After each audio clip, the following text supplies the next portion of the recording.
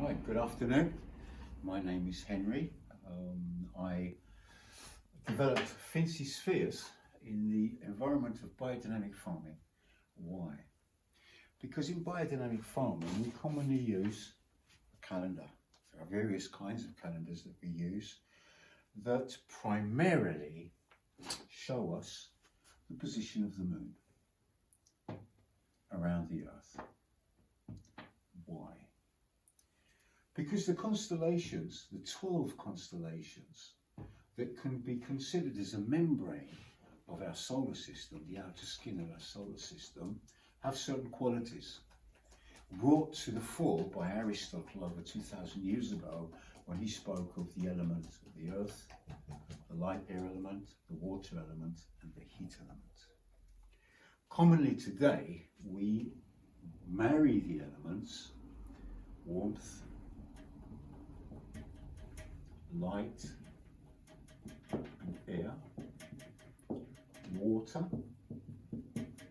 and the earth element, we marry with the fourfold nature of the plant, which would be fruit with the warmth element, light and air for the flowering processes. Sort of a flower here, yes, flowering. I say flowering and flowering processes because maybe you're developing watermelons, beans, vines, and they all go through a flowering process before they go through the seed and the fruit, the final fruit. And so the flowering process is an important point. We have the water element, which we will find in vegetables, in the vegetable garden, when it comes to round forms.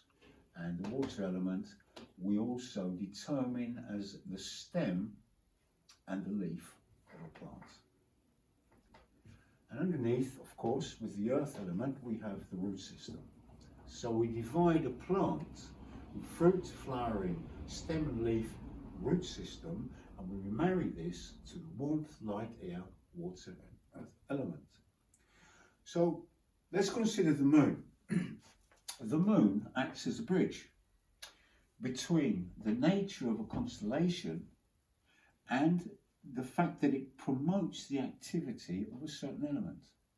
And the moon actually acts as a bridge for this. So when the moon, for example, is in front of Pisces, the water element, the element of water is more active in that day. So you would be best to work with round, let's say, leaf forms, and obviously in the vegetable garden where you find mostly this kind of culture. As the moon moves around us, it moves around us in a 27-day and say 6-hour period, and this we call the sidereal moon. We mean this, that from this star, if there were a star here, it would take 27 days and 8 hours to return to the same point. This is a sidereal moon. When we speak of moon phases, we're speaking of a synodic moon, which is different because let's say that for now, I start the month with the sun that's in Taurus. Now, as I move around in 27-8 days and return to the same star, the sun will have moved approximately 27 degrees. So the reflection of sunlight will not be the same as it was the month before. It needs another 2 days before the same reflected sunlight is reflected from the sun to the earth. So we have a sidereal motion of 27 days that brings us to the same point regarding the constellations. We have a 29 and 6-hour day period for we call the tropical moon or the phases of the moon, and there's a difference there. For the calendar, we're actually using the sidereal motion of the moon that reflects the nature of each constellation and not the reflected sunlight. As we go anti-clockwise, the moon will reflect and activate the water element in Pisces. It will activate the fruit and heat element through Aries, Taurus, the earth, Gemini, air and light. And again, then we turn water, heat, warmth element, earth element, light element, and so on, back to the same place. So we have 3 moments in a synodic moon for each element. Now this works as, you could call it a cosmic clock. This determines the active elements primarily for farming activity.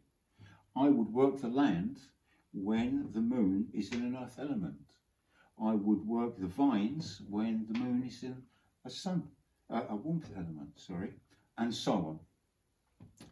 One determining factor that's very important here is we call the descending moon and the ascending moon nodes. So we have a descending path and an ascending path. What does that mean?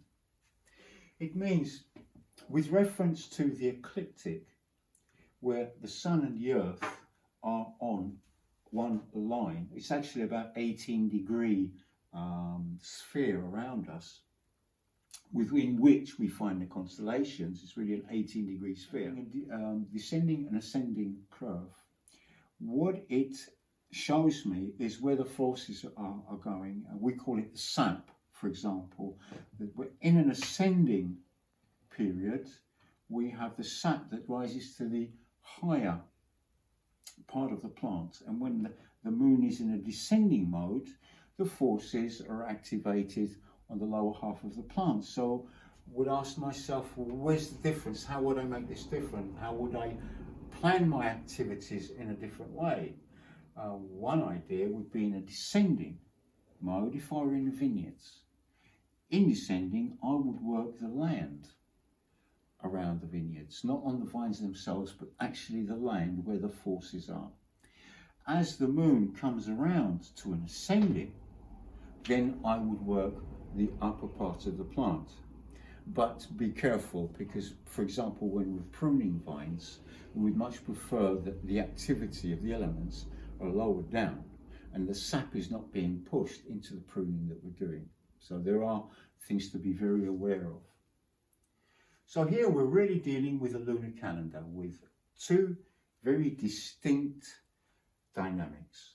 It's the ascending and descending node of the moon to work the lower part or the higher part of the plant kingdom, and the element that is active as the moon moves around and in front of the constellations and acts as a bridge for the forces that give the impulse for that activity on the earth. And this is the basic lunar calendar. Now today, we should say that this is born from a rather instinctive relationship to the world and the sensations we have in the world from the past. These things were developed around the 6th and 7th century BC. We, from that period, have entered into what you might call an intellectual period, where the natural sciences have developed extremely well, because we took out the intuitive. We created a method that was clean so that we might investigate the world as it is, without any inference from ourselves, any sensations. But today, we are now in a moment where, from the intellectual approach, we are developing what you might call a conscious approach, which is to come to the inner dynamics of what's going on in our world, scratch, if you like, not just scratch the surface, but go below the surface and start to develop an understanding of the forces at work, for which the natural sciences can develop a sight for the symptoms. They can see the symptoms with analysis and a collection of data. We can develop symptomatology in that respect, but we're not any closer to the nature of things. Today, a lunar calendar, a modern one, will start to develop what certain aspects infer, and not just what you might call their geometrical relations. We're looking to what that means. In this respect, we have a clean working of the impulses that are coming in from the constellations. But we are living in what you might call a cosmic or solar organism. And so as the organs in our body affect our overall state of being, we must consider that the planets in our system affect the workings of this being, which primarily we've seen is the moon, that relates to the constellations and activates forces. But what do the planets do? And do they have any effect in this respect? Now, it's 100 years almost that we've been experimenting in biodynamics. Certainly some people, Maria Thun in Germany is the prime example of 50 years of experimentation to try to develop an understanding of the nature of the planets, their relationships, and how they affect what we once called the lunar calendar. Because you might have, I will give you an example, you might have Saturn that is at a nodal point. This means that Saturn, even Saturn, when we talked about the ecliptic, all the planets are to some degree above and below. They go above and below the ecliptic, so they have an ascending and a descending node and motion themselves. They then come into play, and Saturn, for example, is well known in agriculture that if its Saturn is on the ecliptic, if it actually comes to the ecliptic, and we call it a node, and its motion would be above and below, when it comes across the ecliptic, these are really bad moments for working in the plant kingdom, and so we avoid them. And this is one of the simpler ones, but then its relationship to other planets, whether, and always in a geometrical sense, whether we have triangles, straight lines. For example, we have what we call conjunctions.